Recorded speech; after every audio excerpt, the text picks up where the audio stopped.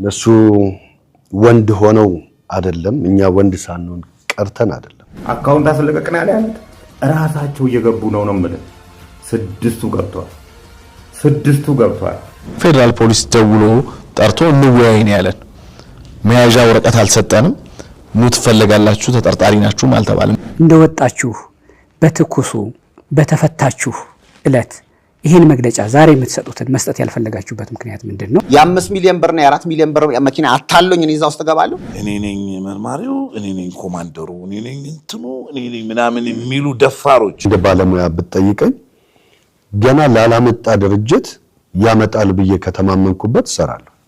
በፍጹምና በፍጹም ይሄን ምስኪን ህዝብ እኔም አንዱ ነኝ ላጭበረብር የምነሳ ሰው አይደለም። ህብረተሰቡን ሲያስለቅሱ ደም ሲያስመጥጡ ላብ የሰው ላብ ነጭ ላብ ሲያዘርፉ ይኖሩ ናቸው። ጅቡቲ ላይ መኪና ምናምን ያሉት የለም ዝም ብሎ ፎቶግራፍ ለጥፈው ነው ያየነው። ትልቅ ሰው ነው እንግዲህ መስለኝ አይ ቲንክ ትልቅ ሰው ነው በመሆኑ ይመስላል። ግን አሁን በህግ ጥላ ስር አይደለም እውነት ይፈርዳል። በእንዲህ ጉዳይ ታስሮ ተጠርጥሮ መዋል እና ስሜት ምን ይመስላል?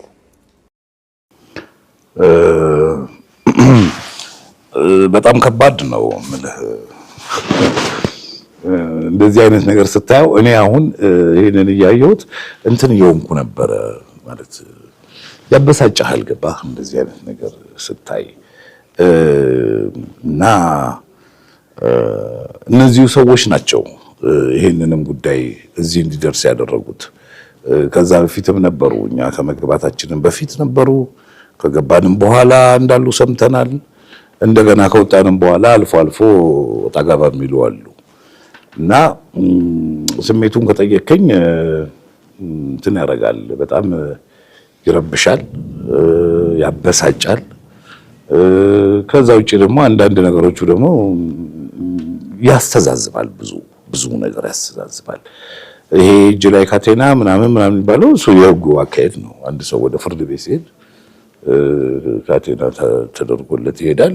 መቼም ብራስሌት ሊደረግለት አይችልም። ስለዚህ እሱ ብዙ እንትን አይደለም የሚያስቀርም ነገር አይደለም። ምክንያቱም መቅረብ የሚገባው በዛ ልክ ስለሆነ ህጉ ስለሆነ እኛም ደግሞ እንደ ተጠርጥሮ እንደታሰረ ሰው የተለየ ነገር ይደረግልን ሌላው በዛ ደረጃ እየሄደ እኛ እንትን እንሂድ ምናምን ልንል አንችልም በህግ ስር እስካለን ድረስ።